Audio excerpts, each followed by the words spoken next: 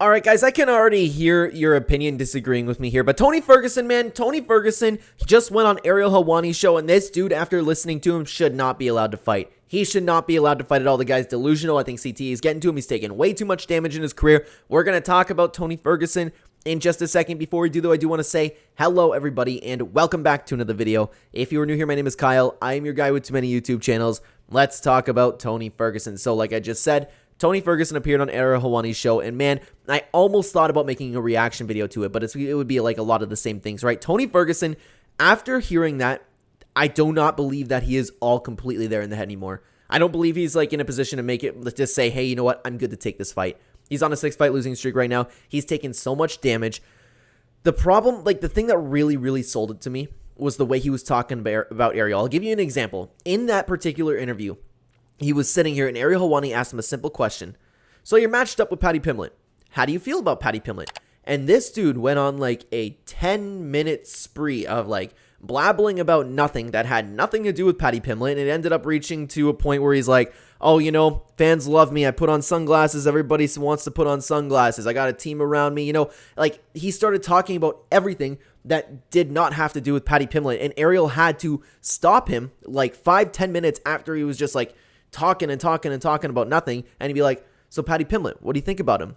And then Tony Ferguson, even then, he just like, he answered the question just a little bit, but it was very vague, and then he went off again. Tony Ferguson, listening to this guy talk at this point in his career, is now listening to, like, you ever have like an old grandpa or something, or you talk to an old person, if you work at like fast food especially, like you're just sitting there and you're like, oh, hey, that'll be $2.13, whatever it is, right? And the old person, instead of giving you the money, they'll just be like, oh, you know, it was crazy today. I woke up and I wandered off into the street and the car almost hit me, but then I guess I'm here at McDonald's and I wanted a coffee, but I was meeting up with my friend Brittany. Like, that's what Tony Ferguson was doing in this interview. I think this fighting has aged him. Like his, you know, I hate to say it, man, I don't mean this disrespectfully, but something's got to be done about letting this dude fight, because he also in this interview has been constantly talking about how his losses were because of the people around him, his team. No, it wasn't. You're old and it was Justin Gaethje. That's the problem. Justin Gaethje changed his brain. Justin Gaethje damaged him forever. Justin Gaethje took years off his life. Justin Gaethje aged that man. Do you guys remember? We should have been looking at this the first time when Tony Ferguson fought Justin Gaethje. Like, what really sold it to me, and I really did believe at the time I was watching with my dad, and we were both like, he's not going to be okay after this. Tony Ferguson can die. He's going to go to the hospital after this and die, because he was eating shots from Justin Gaethje, and he was doing this. When have you ever seen a fighter do that?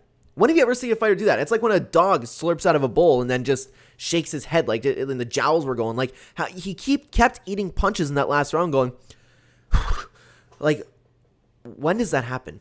Justin Gaethje, and I'm not saying like, oh, Justin Gaethje's a really bad guy, you know what I mean? But just that fight with Justin Gaethje changed him. That fight with Justin Gaethje was too much. And you've seen Tony Ferguson since then just absolutely decline. This dude is not ready for a fight. He's not ready for a fight with a guy as young as Paddy Pimblett, a guy as hungry as Paddy Pimblett. Paddy Pimblett isn't even the best fighter out there, nearly. But he's not ready for it. And I think all of the fans down below, and there are a lot of great fans, don't get me wrong. There's a lot of great fans that just want to see the best for Tony Ferguson. I know that. They're in the comments. They're everywhere. They just say, please retire Tony. But I think all of his fans actively encouraging him to fight and saying that he can get back on this 12-fight win streak. What was it, 12 or 13? Whatever it is, he wants to beat that win streak again. All of you guys encouraging that, it's pitiful.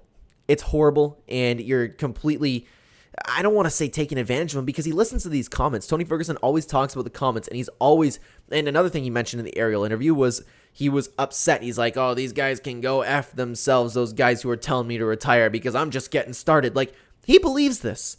He believes this. And the people who are encouraging him are neat, like, they should be banned, man. They shouldn't be allowed in his comment section, because Tony Ferguson is going to end up in a place where he's going to die. He's going to go down the Bigfoot Silva route too, because Dana White thinks that he's going to retire after this fight if he loses. Now, Tony Ferguson's the type of guy, like, and I don't even mean to meme that, Tony Ferguson has also been talking about he wants to box. He wants to go to boxing after this and take more head damage. This dude is going down the Bigfoot Silva route. Nobody should be encouraging him to fight. His management team should be saying no, absolutely not, and nobody should sign him ever again. Nobody should let him fight. He is clearly not in a mental state, and I encourage you, if you do not believe me, go watch 10 minutes of that Ariel interview. Go watch. Ariel couldn't keep his attention. Ariel was unable to keep his attention. He would ask him a question. He would go on about nothing. Literally, like I mentioned about the old person. Like, that's what he's like now. And it's not okay. This is abuse to somebody who's not okay to fight. I really do believe that. I believe there's something wrong with him in the head. I believe that he thinks that he can fight. He's crazy enough to really, really love this sport. He always was. But, like, he's actually sitting down here thinking that he's going to break his 12-fight win streak. He's actually sitting down here thinking he's going to beat Paddy Pimblett. He's actually going to sit down here and think that he's going to get another title shot. And he's blaming everybody but himself. It's not the team around him. It's because he was training too much boxing. It's because he was looking forward to Khabib, and Khabib's not even there now, so he's not as hungry. He's going to find something new to talk about after he loses to Paddy Pimblett. He's going to blame the new guys with him. He's going to blame himself. Or everybody but himself, I meant to say. He is going to want to fight again. He clearly wants to keep fighting. He wants to box after this, which is arguably even worse. I hope Paddy Pimblett finishes him early. I hope he doesn't take too much more damage because, man, like, we're at the point where somebody with this much CTE could actually die. For real. And I don't want to see that. I don't want to see that coming from a sport I love. I don't want to see someone go in there who's clearly not fit to fight, and I don't want to see somebody die.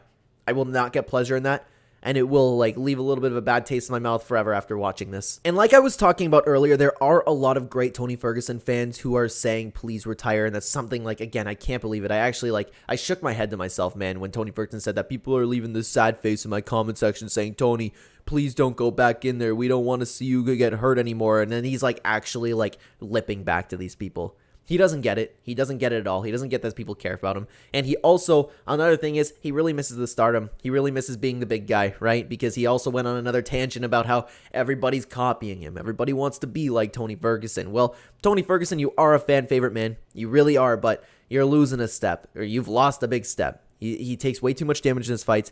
This is not okay, but what I was trying to say is, for any Tony Ferguson fan in the comment sections who are actively discouraging him to fight, we need to keep that up, man. We need to keep it up because that's the only way that I could possibly see Tony Ferguson stopping.